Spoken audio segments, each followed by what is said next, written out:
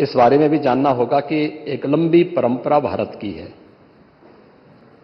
और भारत की उसी परंपरा के अनुरूप भारत की विरासत और विकास के समन्वय के साथ ही सरकार कार्य कर रही है। मैं प्रदेश के प्रशासन या अपने स्तर पर प्रदेश के जिस सांप्रदायिक माहौल की आप चर्चा कर रहे हैं, आप सभी माननीय सदस्यों ने जिन मुद्दों को रखा है, मैं उस पर बहुत वो नहीं कहूंगा, क्योंकि एनसीआरबी के जो आंकड़े हैं वे इस बात को बताते हैं कि 2017 से लेकर के लगातार अब तक प्रदेश में सांप्रदायिक दंगों की जो स्थिति है उसमें 97 से लेकर 99% तक कमी आई है। ये एनसीआरबी का डाटा है। और जो दो जिसको वास्तव में आप दंगे कहते हैं, ये दंगे उत्तर प्रदेश में 2017 से लेकर के अब तक नहीं हुए हैं। और मैं वही आपके पिछले कार्यकाल के दौरान बताता हूं, 2012 से 2017 के बीच में,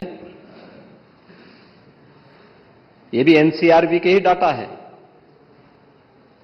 प्रदेश में 815 सांप्रदायिक दंगे हुए और 192 लोगों की मौत उसमें हुई है। मैं उस पर चर्चा करूंगा। उससे पहले भी 2007 से 2011 के बीच 616 ऐसे सांप्रदायिक घटनाएं हुई हैं जिनमें 121 लोगों की मौत हुई थी। महोदय, जो बात यहां पर माननीय सदस्य शेख इकबाल महबूब ने संबल के बारे में लिखा, माननीय सदस्य कुंवर रघुराज प्रताप सिंह जी ने ये बात बहुत स्पष्ट की कि हम तथ्यों को छुपा करके कब तक जनता को गुमराह करेंगे। हर व्यक्ति जानता है कि माननीय न्यायालय के आदेश पे सर्वे का कार्य हो रहा था और सर्वे हो रहा था। दूसरा, मैं आपसे पूछना चाहता हूं, आप पश्चिम में जाएंगे, पता नहीं आप कैसे हैं, आपके पूर्वज भी हो सकता है, और पश्चिम उत्तर प्रदेश के हमारे सभी लोग अपने सामान्य संबोधन में राम राम ही कहते हैं, तो जय श्री राम कहां से सांप्रदायिक संबोधन हो गया? कहां से सांप्रदायिक संबोधन हो गया? हमारे यहां हम जगते हैं, राम ही राम बोलते हैं, मिलते हैं, राम राम का संबोधन होता है, और अंतिम यात्रा में विदा करते हैं तब भी राम नाम सत्य है ही बोलते हैं। राम के बगैर तो हमारा कोई काम ही नहीं है। और अगर जय श्री राम किसी ने बोली दिया तो इसमें उत्तेजना का मतलब, ये नियत आप समझ सकते हैं उस नियत को। ये चढ़ाने वाला नहीं है, ये चढ़ाने वाला नहीं है, ये चढ़ाने वाला नहीं है। एक दूसरा, आपने कुंदरकी की जीत को वोट की लूट बताया। आप एक सदस्य का अपमान कर रहे हैं। आपके सदस्य की तो जमानत जब्त हो गई वहां पे। और क्या ये सच नहीं है? इस समय तो आज डिजिटल मीडिया का है, वहां का पठान, वहां का शेख सब कह रहे साहब हमारे पूर्वज तो हिंदू थे और आप भी, आपके पूर्वज भी हिंदू थे। क्या ये सच नहीं है? और क्या ये सच नहीं है कि देशी और विदेशी मुसलमानों की आपसी भिड़ंत है जो वर्षों की लड़ाई को लेकर के वहां चल रहा है? आप लोग सच पे पर्दा डालने का प्रयास कर रहे हैं, लेकिन एक चीज जरा नोट करना कि सूर्य को, चांद को और सत्य को बहुत देर तक छुपा कोई नहीं सकता है, और सत्य जरूर सामने आएगा। और उसी सत्य के बारे में कहा जा रहा है। नेता प्रतिपक्ष कह रहे थे कि वहां की स्थिति ऐसी है कि अगर मंदिर आ भी जाए, क्या मंदिर बन जाएगा? मैं कहता हूं, ये तो बाबरनामा भी कहता है कि हर मंदिर को तोड़ करके एक ढांचा खड़ा किया गया। आप तो एक श्रेष्ठ ब्राह्मण कुल में आपने जन्म लिया है। आप तो भारत के पुराणों की परंपरा पर विश्वास करते हैं। हमारा पुराण भी इस बात को कहता है कि भगवान विष्णु, श्री हरि विष्णु का 10वां अवतार संबल में ही होगा, उसी संबल में होगा।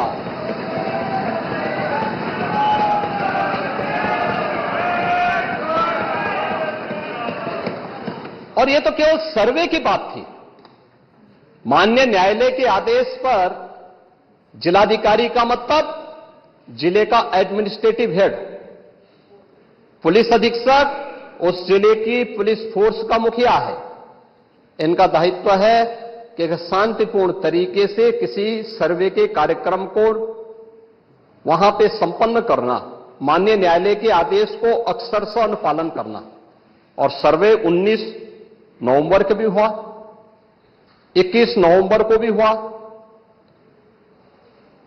24 नवंबर को भी सर्वे का कार्य चल रहा था। क्या यह संभव है? नहीं, 21 को संपन्न नहीं हुआ था। ये लगातार सर्वे का काम चल रहा था। और सर्वे के कार्य के दौरान पहले 2 दिन कोई भी शांति भंग नहीं हुई। तीसरे दिन जब 23 नवंबर को जुमे की नमाज के पहले और जुमे की नमाज के दौरान जिस प्रकार की तकरीरें दी गईं, उन तकरीरों के बाद माहौल खराब हुआ। और फिर उसके बाद जिस प्रकार की स्थितियां की गई थी वो सबके सामने है। और इसलिए मैं कह रहा हूं, हमारी सरकार ने तो पहले ही कहा कि हम जुडिशियल कमीशन बनाएंगे। ये एक्ट के अंतर्गत ही कमीशन बना हुआ है। माननीय सदन में उसकी रिपोर्ट भी आएगी। दूध का दूध और पानी का पानी सबके सामने आएगा। मैं केवल एक बात कहना चाहता हूं कि अगर संभल के बारे में हम जब बात करते हैं महोदय, एक लंबा सिलसिला है इस संभल का। और अगर मैं संभल की जब चर्चा करता हूं तो संभल में कैसे माहौल खराब किया गया वहां पे। ये संभल में दंगों का जो इतिहास है 1947 से ही प्रारंभ होता है। 1947 में एक मौत होती है। 1948 में 6 लोग मारे जाते हैं। 1958 में भी दंगा होता है। 1962 में भी दंगा होता है। 1976 में भी 5 लोगों की मौत वहां पर हुई थी। और 1978 में 184 हिंदुओं को सामूहिक रूप से जला दिया गया था। 184 हिंदुओं को हत्या हुई थी, हिंदुओं की हत्या हुई थी और जलाया भी गया था। और 184 हिंदू मारे गए थे वहां। 184। मैं वही तो कह रहा हूं ना, आप उस सच को स्वीकार नहीं करेंगे, आप उस सच्चाई को स्वीकार नहीं करेंगे। और लगातार कई महीनों तक वहां कर्फ्यू था। 1980 में फिर दंगा हुआ था, एक मृत्यु हुई। 1982 में फिर दंगा हुआ, एक मृत्यु हुई। 1986 में 4 लोग मारे गए।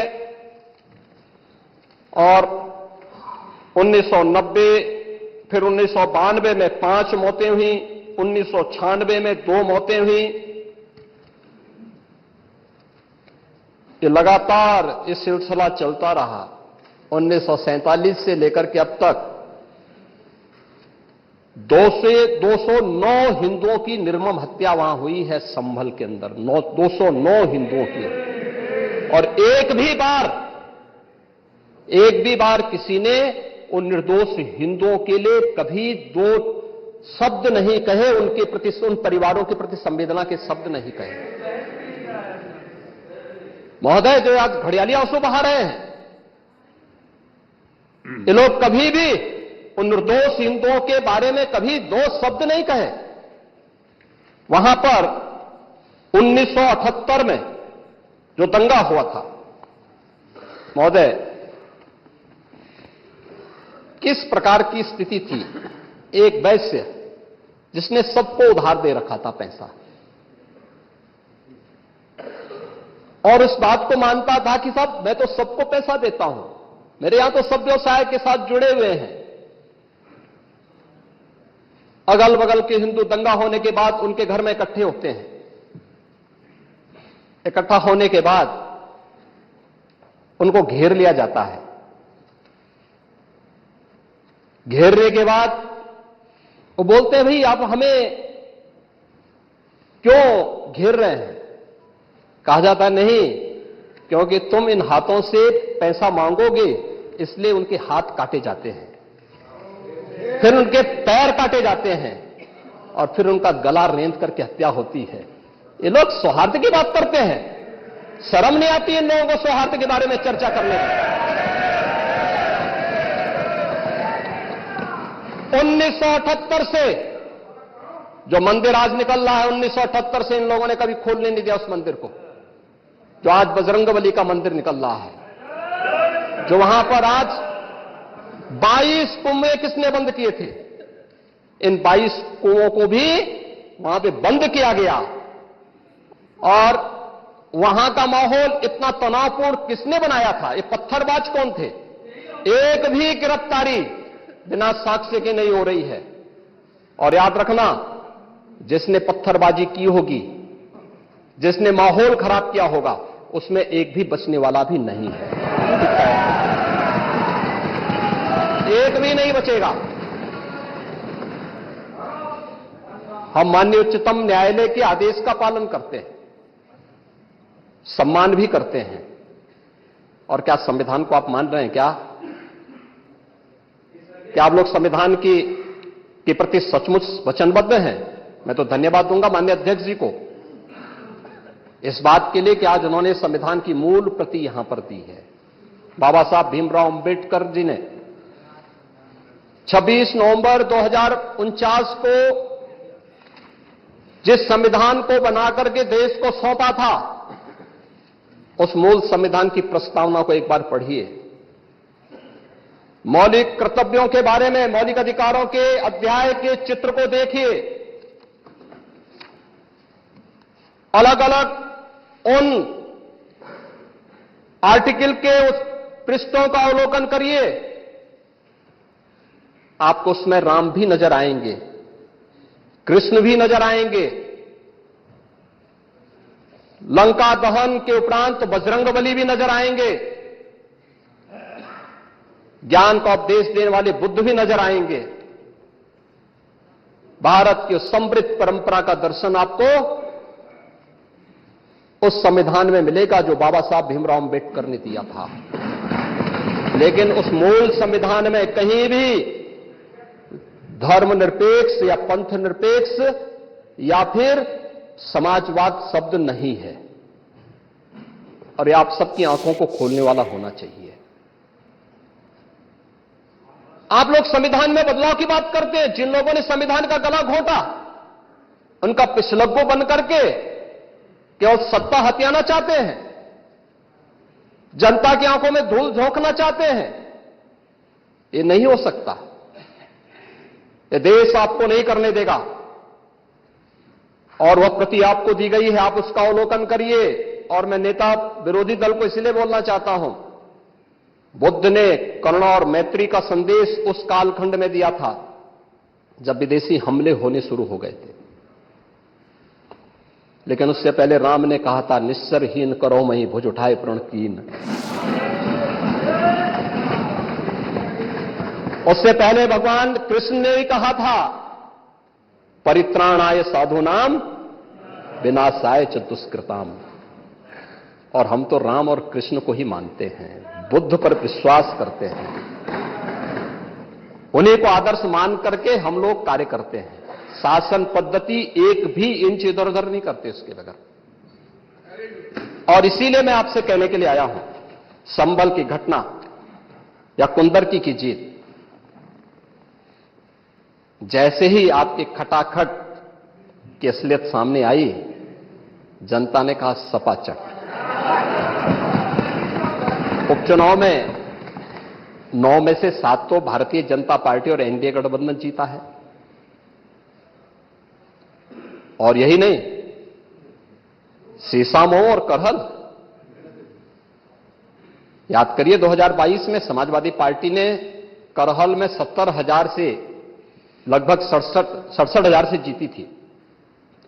इस बार वह मात्र 13-14,000 तक आ गई है। वो भी चच्चू थोड़ा वहां पे कृपा कर लिए, नहीं तो वहां भी सपाचट तय था। अगली बार होगा, अगली बार होगा चच्चू, अरे आप चिंता मत करिए, देख लेना अगली बार उतना नहीं रहे, बहुत ज्यादा रहे। अगली बार सीसामऊ में भी बाल बाल बच गए। और इसलिए इस बौखलाहट में कि कुंदरकी में लोगों को अपनी जड़ें याद आने लग गई हैं। अब आपने देखा होगा उन लोगों के वक्तव्य को, डिजिटल मीडिया में थोड़ा अवलोकन करिए और देखिए वहां पे जब लोग वो चिल्ला चिल्ला के बोल रहे हैं कि इन विदेशियों से पिंड छुड़ाना है, क्या बोल रहे हैं लोग, सबको अपनी जड़ें याद आने लग गई हैं। और मुझे लगता है जिस दिन इकबाल महबूब जी को भी अपनी जड़ें याद आएंगी, वह भी फिर यही बात बोलेंगे जो इधर के माननीय सदस्य कह रहे हैं। महोदय, मैं उनसे कहूंगा कि एक बार बाबरनामा का जरूर बाबरनामा को जरूर पढ़ें।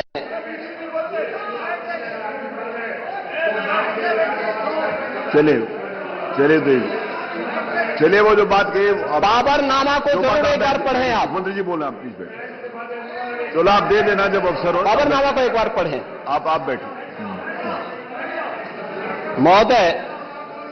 महोदय, संभल की घटना के साथ ही मैं प्रदेश के अंदर अलग अलग समय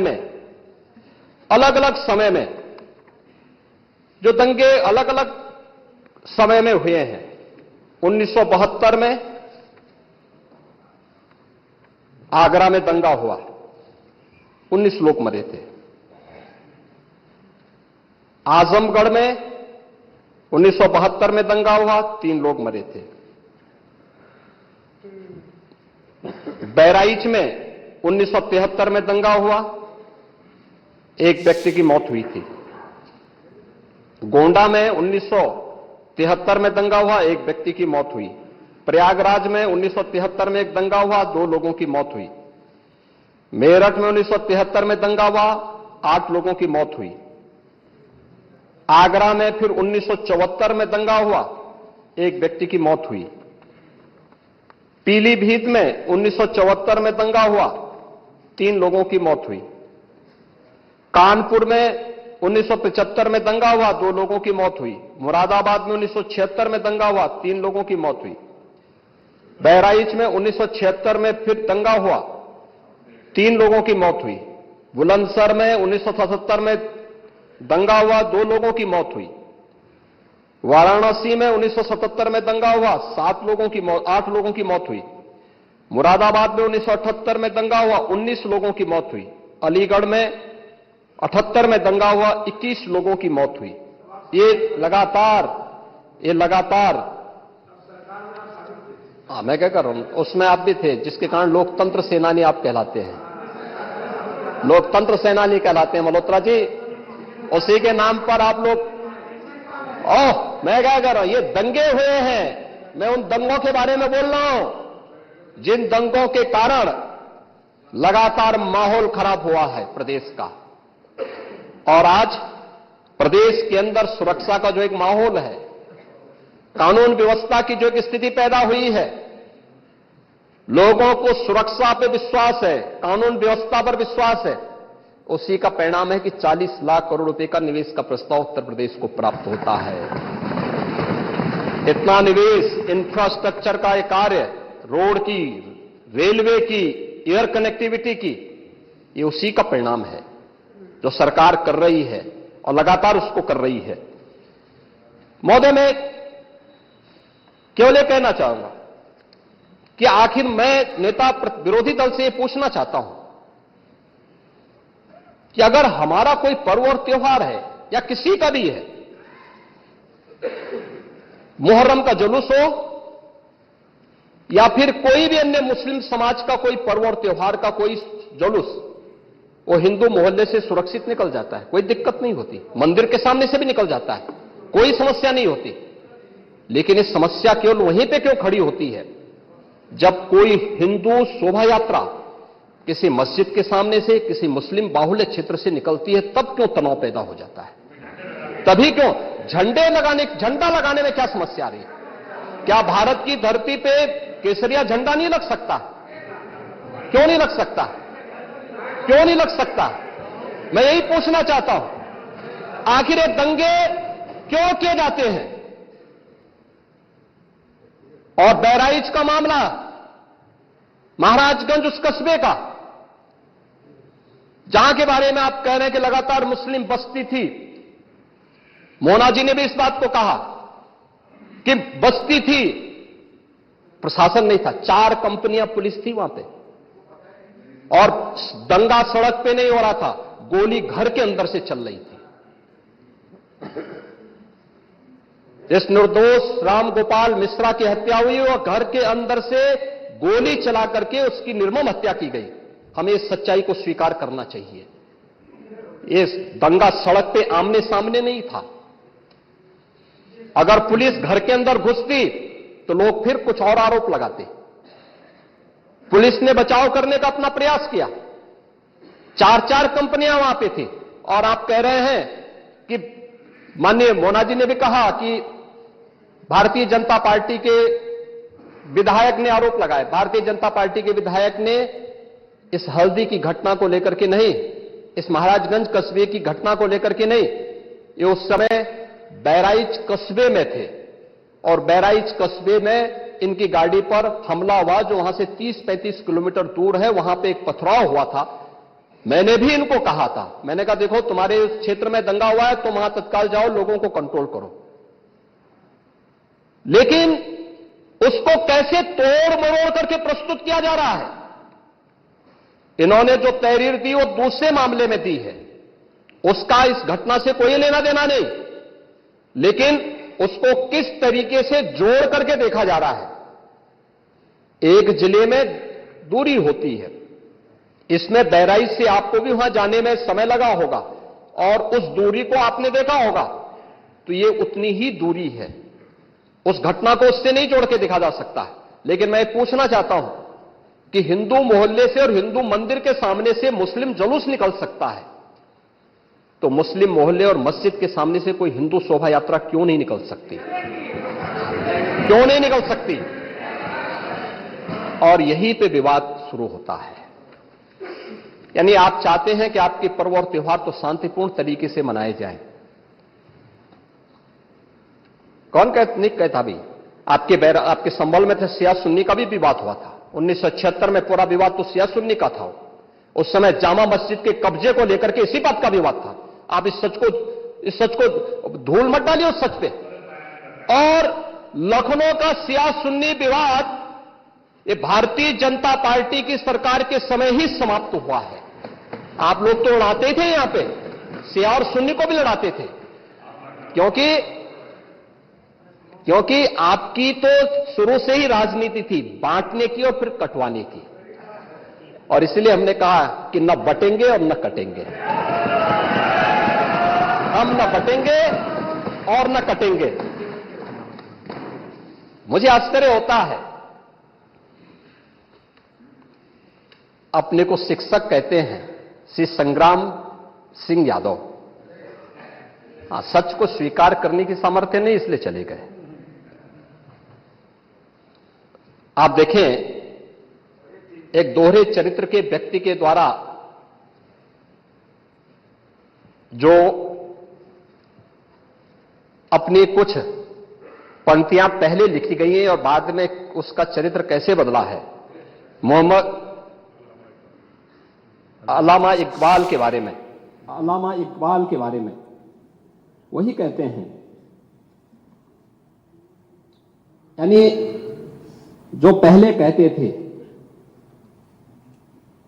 उन्होंने क्या बात कही थी बाद में, मुस्लिम हैं हम वतन हैं सारा जहां हमारा, चीन वो अरब हमारा, हिंदू की अमानत सीनों में है हमारे, दुनिया के बुत कंदों में पहले वह घर खुदा का, तेगों के साये में हम पलकर जमा हुए हैं, मकरीब की वादियों में गूंजी अजा हमारी, बातिल में दबने वाले हे आसमां नहीं हम, हे गुलस्ता ये अब्दुल्लस वो दिन है याद तुझको, ये मौज ये दजला तू भी पहचानती है हमको, ये अर्ज ये पाग तेरी हुर्मत पे कट मरे हम, सालार ये कार्रवाई है मीर ये हिजाज अपना, इकबाल का तराना बाग ये दरा है गोया, मुस्लिम है हम वतन है सारा जहां हमारा। अब आप मुझे बताओ, क्या इकबाल को आप अपना आदर्श मानते हैं क्या? इस इकबाल को मानेंगे क्या? वो अपने को पेशे से शिक्षक कहते हैं, ऐसे शिक्षक छात्रों को पढ़ाएंगे तो दुर्गति कराएंगे ही कराएंगे। यानी इकबाल की एक कविता को यहां पे पढ़ करके और वास्तविक सच से आप धूल डाल करके उसको छुपा नहीं सकते हैं। और मैं इसीलिए कहना चाहूंगा कि महोदय, प्रशासन ने पूरी कार्रवाई की है और लगातार हमारे संज्ञान में सारी बातें हैं, एक एक बात पर सरकार नजर रख रही है। 25 करोड़ की आबादी का प्रदेश है और 25 करोड़ की आबादी के प्रदेश में पिछले 7.5 वर्ष के दौरान सभी पर्व और त्योहार शांतिपूर्ण तरीके से संपन्न हुए हैं। सभी वीवीआईपी विजिट सकुशल संपन्न हुई हैं। अयोध्या में श्री राम जन्मभूमि पर भगवान राम के भव्य मंदिर के कार्यक्रम को भी, जिसको लेकर के आप बहुत बड़ा पहले प्रदेश के मन में भय पैदा करते थे, वह भी सकुशल संपन्न हुआ। आज प्रदेश में जब सर्वत्र सुरक्षा का एक बेहतरीन माहौल है और 2025 में जब उत्तर प्रदेश को एक गौरव प्राप्त होने जा रहा है कि दुनिया का सबसे बड़ा आध्यात्मिक और धार्मिक सामाजिक जो उत्सव हो, एक महापर्व है महाकुंभ प्रयागराज, जिसमें पूरी दुनिया का एक समागम होने वाला है, जब इसे आयोजित करने का अवसर प्राप्त हो रहा है, तब मैं विपक्ष के अपने साथियों से कहना चाहूंगा कि प्रदेश के माहौल को अपने वक्तव्यों से और अपने करतूतों से कृपया खराब न करें। प्रदेश आगे बढ़ना चाहता है, विकास के अपने लक्ष्यों को प्राप्त करना चाहता है, लेकिन मैं इस बात के लिए आश्वस्त करूंगा कि 25 करोड़ जनता को सुरक्षा देना, उनकी हर प्रकार से हिफाजत करना, ये प्रदेश सरकार की जिम्मेदारी है। लेकिन अराजकता, पत्थरबाजी और किसी भी इस प्रकार के आदेश के खिलाफ जो माननीय न्यायालय ने आदेश किया है, उसके बाद भी कोई कानून को अपने हाथों में लेकर के कानून को ठेंगा दिखाने का प्रयास करेगा तो सरकार उससे सख्ती से निपटने का काम भी करेगी। और वही सख्ती वहां पर आवश्यक है जहां पर लोगों ने माहौल खराब करने का प्रयास किया है। एक भी निर्दोष नहीं जाएगा। जितने भी विजुअल्स होंगे उसके वीडियो फुटेज हैं, गोली चलाते हुए, कट्टा लहराते हुए, तलाशी के दौरान पत्थरबाजी करते हुए, घरों के छतों के ऊपर जो पत्थर रखे गए हैं, ये सारी विजुअल्स हमारे पास हैं और उसके अनुरूप ही कार्रवाई होगी। हां, ये जरूर आश्वस्त करते हैं कोई निर्दोष के खिलाफ कोई कार्रवाई नहीं होने वाली, अब तक नहीं हुई है, आगे भी नहीं होगी। लेकिन कोई दोषी होगा उसको कोई बचा भी नहीं पाएगा। यह भी मैं इस सदन के माध्यम से पूरे प्रदेश के अंदर बहुत स्पष्टता के साथ कहना चाहूंगा कि सरकार की जीरो टॉलरेंस की नीति पहले दिन से है। अपराध और अपराधियों के प्रति, दंगों और दंगाइयों के प्रति वही जीरो टॉलरेंस की नीति के तहत सरकार कार्य करेगी। इन दोनों मामलों में राजनीति की बजाय हमें समग्रता की दृष्टि से देखना होगा, और समग्रता की दृष्टि से ये जो मैंने पहले माननीय नेता विरोधी दल को कहा कि आखिर ये कहां लिखा है संविधान में कि किसी मुस्लिम बाहुल्य क्षेत्र में हिंदू शोभा यात्रा नहीं निकल सकती, और जब आप रोकते हैं तभी हिंदू पक्ष से भी रिएक्शन आता है कि साहब हम भी नहीं जाने देंगे। भाई मुझे आश्चर्य होता है इन बातों को लेकर के कि मस्जिद के सामने से नहीं निकलने देंगे। क्यों नहीं निकलने देंगे? ये सड़क क्या किसी की है क्या? ये सार्वजनिक मार्ग है, कैसे आप रोक सकते हैं? परंपरागत बहराइच में भी परंपरागत जुलूस था, परंपरागत जुलूस था, वही मैं कह रहा हूं, परंपरागत जुलूस था, और उसी परंपरागत जुलूस को आगे बढ़ाने के लिए सारे कार्यक्रम संपन्न हुए थे, आगे भी संपन्न होंगे। लेकिन ये चीजें तय करना, ये कहना कि उत्तेजक नारे लगाए जा रहे थे, जय श्री राम का नारा उत्तेजक नहीं है, ये हमारी श्रद्धा का नारा है, हमारी आस्था का प्रतीक है।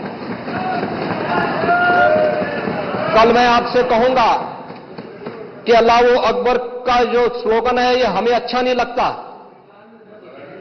नहीं, आपको हम रोकें तो क्या आपको अच्छा लगेगा?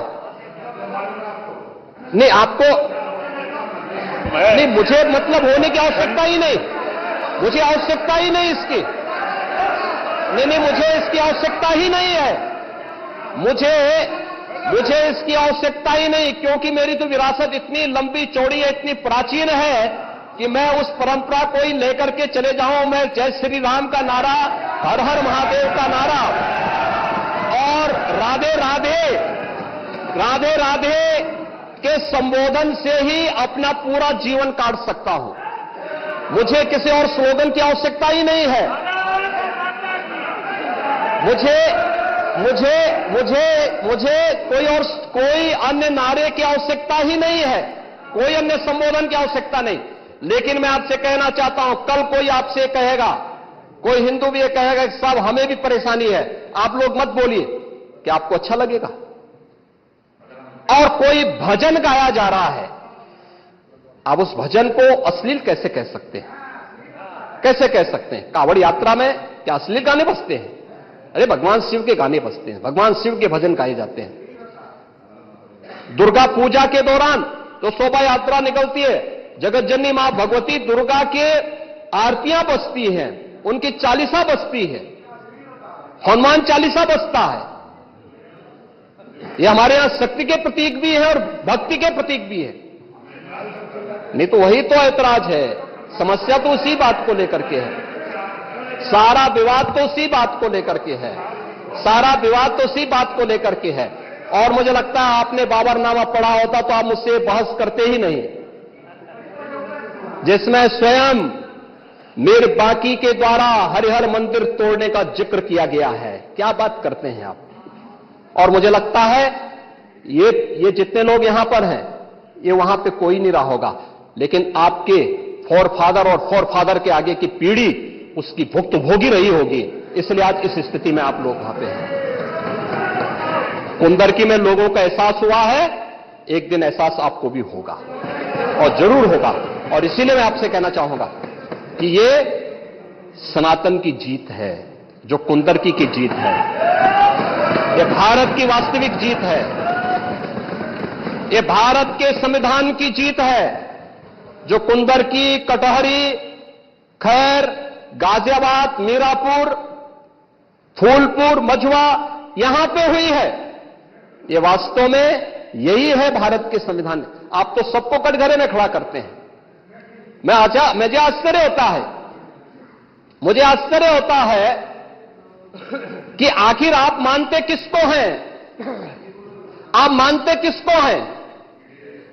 मुझे एक बात बताओ, कि भारत के संविधान के अनुरूप माननीय उच्चतम न्यायालय, एक तरफ आपने सर्वे के बारे में माननीय उच्चतम न्यायालय की बात का स्वागत किया और माननीय उच्चतम न्यायालय ही एक बात को कहता है, बार बार भारत के माननीय उच्चतम न्यायालय ने समान नागरिक कानून की बात देश के अंदर लागू करने की कही है।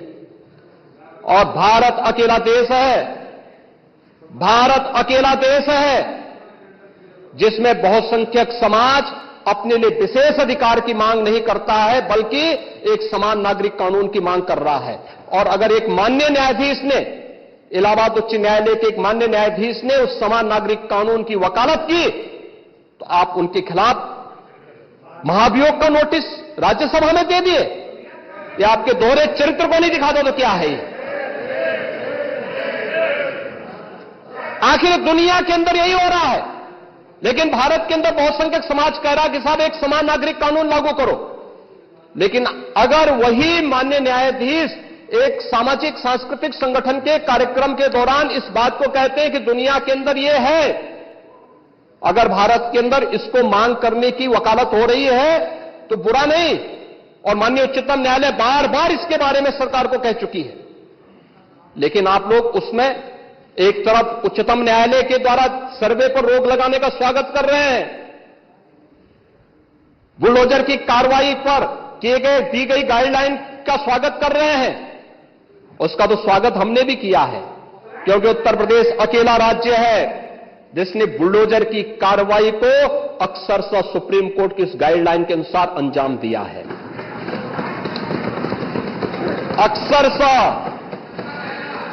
और इसीलिए मैं कह रहा हूं कि यही स्थिति है कि माननीय न्यायाधीश इलाहाबाद उच्च न्यायालय ने अगर वक्तव्य दिया समान नागरिक कानून के बारे में, तो समाजवादी पार्टी, कांग्रेस, इन सब के लोगों ने राज्यसभा में उनके खिलाफ एक महाअभियोग की नोटिस ही दे करके आप सच को मुंह जबरदस्ती बंद करना चाहते हैं। और वहीं पे नहीं किया आपने, यहां पर भी आप चुप नहीं रहे। राज्यसभा के माननीय सांसद, माननीय सभापति तो भारत के महामहिम उपराष्ट्रपति भी हैं, उनके खिलाफ भी अविश्वास प्रस्ताव की नोटिस दे दी गई, इसलिए क्योंकि उन्होंने सदन स्मूथली चलाने के लिए सदन के सभी पक्षों से कहा। एक सभापति के रूप में, एक चेयरपर्सन के रूप में उनकी जिम्मेदारी यही है, उन्होंने इसी बात को कहा। लेकिन एक किसान का पुत्र कैसे इतनी बड़ी कुर्सी पर पहुंच गया, ये लोगों को अच्छा नहीं लग रहा, ये अच्छा नहीं लग रहा, इसलिए अविश्वास प्रस्ताव को नोटिस। चुनाव के दौरान चुनाव आयोग को कटघरे में खड़ा किया गया, चुनाव आयोग को कटघरे में खड़ा करने का प्रयास, यानी जबरदस्ती आप गन पॉइंट पर अपनी बातों को मनवाना चाहते हैं संवैधानिक संस्थाओं से।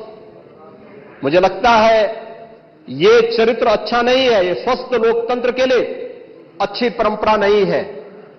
हमें संवैधानिक संस्थाओं का सम्मान करना सीखना होगा, हमें संवैधानिक संस्थाओं को हर प्रकार से मजबूत बनाना होगा और शासन प्रशासन की कार्रवाई को जो न्याय हित में हो, समाज हित में हो, राष्ट्र हित में हो और आने वाले भविष्य के हित में हो, उसका भी समर्थन करना चाहिए। और मैं यही कहूंगा कि बहराइच की घटना में या संभल की घटना में प्रशासन की कार्रवाई पूरी ईमानदारी के साथ, पूरी न्याय संगत तरीके से आगे बढ़ रही है। हम लोगों ने संभल की घटना को लेकर के एक जुडिशियल कमीशन गठित किया है। जुडिशियल कमीशन वहां विजिट कर रहा है, लगातार लोगों के बयान भी लेंगे, सभी पक्षों की बात को भी सुनेगा, सच को सामने लेके आएगा। लेकिन आपके अनावश्यक पत्थरबाजी से या फायर करने से, इल्लीगल आर्म्स से फायर करने से वहां पर शांति बहाल नहीं होने वाली है। और आप सौहार्द की बात कर रहे हैं, आप बोल रहे हैं पुलिस छावनी में बदल दिया। अब देखो रहे धार्मिक स्थल से बिजली चोरी, यानी बिजली के मिनी स्टेशन संचालित हो रहे हैं। हम तो ये सोच रहे थे कि मिनी स्टेशन पावर कारपोरेशन ही चला रहा है, अब वहां पर कई मस्जिदें ऐसी पाई गई जिन मस्जिदों के ऊपर एक इलीगल सब स्टेशन बना करके वहां से कनेक्शन बांटे गए थे लोगों को फ्री में। लाइन लॉस प्रदेश के अंदर, उत्तर प्रदेश के अंदर लाइन लॉस पावर कारपोरेशन का ये 30 से कम है। और संभल कस्बे में वहां पर 2 मोहल्ले हैं, एक दीपा सराय और एक मियां सराय है ना। इन दोनों में लाइन लॉस 78% और 82% है। देश के संसाधनों में कैसे लूट होती है। और अगर प्रशासन अपने कर्तव्यों का निर्वहन कर रहा है, वैसे तो कहेंगे प्रशासन कोई कटघरे में खड़ा है कि प्रशासन चोर है चोर है चोर है, और प्रशासन उसी चोरी को पकड़ने के लिए चला जाए तो अत्याचार है, अत्याचार है, अत्याचार है। कहां से अत्याचार हो गया? अरे यही सच्चाई है। उस सच्चाई को उजागर किया जा रहा है। और याद रखना, सच्चाई जब सबके सामने आती है लोगों को बुरा लगता है, क्योंकि जो सच्चाई स्वीकार नहीं कर सकते, जो बराबरी नहीं कर सकते, वे बुराई करते हैं। और यही बुराई आप कर रहे हैं। आपकी बुराई में न्याय नहीं झलकता, सत्य नहीं झलकता, ये पक्षपातपूर्ण है। और मुझे लगता है इससे लोकतंत्र की व्यवस्था मजबूत नहीं होती है, कमजोर होती है। और इसलिए मैं माननीय अध्यक्ष जी पूरे प्रदेश को इस बारे में आश्वस्त करना चाहूंगा। प्रदेश के अंदर किसी भी मुस्लिम पर्व और त्योहार के दौरान, किसी भी अन्य मत और मजहब से जुड़े हुए किसी भी पर्व और त्योहार के दौरान कहीं कोई समस्या नहीं खड़ी होती, तो फिर हिंदू पर्व और त्योहार के दौरान कोई समस्या खड़ी करेगा तो सरकार उसको सख्ती से निपटने का काम भी करेगी, उतनी ही सख्ती से निपटने का काम भी करेगी। दूसरा, माननीय न्यायालय के द्वारा दिए गए आदेश का पालन करना एक प्रशासन का दायित्व है। उसमें सरकार उसको डायरेक्शन दे न दे, उसका दायित्व बनता है कि उसको पालन करे। और संभल के अंदर प्रशासन ने वही पालन किया है। आज वहां पे सारी चीजें मिल रही हैं। आखिर आपकी बात को हम मानते हैं कि मंदिर को आपने छेड़ा नहीं, आपने बड़ी कृपा कर दी। लेकिन ये जो 22 कुएं और उन कुओं में जो मूर्तियां मिल रही हैं, ये कुएं किसने पाट दी है? ये नोटिस पे क्यों परेशानी हो रही है? आपके सांसद जिनसे आपकी प्रतिद्वंदिता है, मानता हूं, क्योंकि वहां पे आप में तो तुर्क और पठान का विवाद चल रहा है, मैंने नहीं कर दिया, एक विवाद चल रहा है। आप उनके सामने, माननीय सदस्य के सामने, आप उनके साथ अपनी जड़ें ढूंढ रहे होंगे। लेकिन ये सच्चाई है, ये सच्चाई है, क्योंकि ये तो है ही। सकीफुल रहमान बर्क कभी भी अपने को ये नहीं बोलते थे कि मैं भारत का नागरिक हूं, वो तो कहते थे मैं बाबर का संतान हूं, वो बोलते थे। आप भी मानते हो कि इस बात को? अब आपको तय करना है कि आक्रांताओं को अपना आदर्श मानते हैं या रामकृष्ण और बुद्ध की परंपरा को अपना आदर्श मानते हैं। भारत के अंदर रामकृष्ण और बुद्ध की ही परंपरा रहेगी, बाबर और औरंगजेब की परंपरा नहीं रहेगी। धन्यवाद। माननीय नेता प्रतिपक्ष को सुना, माननीय मोना जी को सुना, मैंने माननीय मुख्यमंत्री जी को सुना। ये नियम 56 के अंतर्गत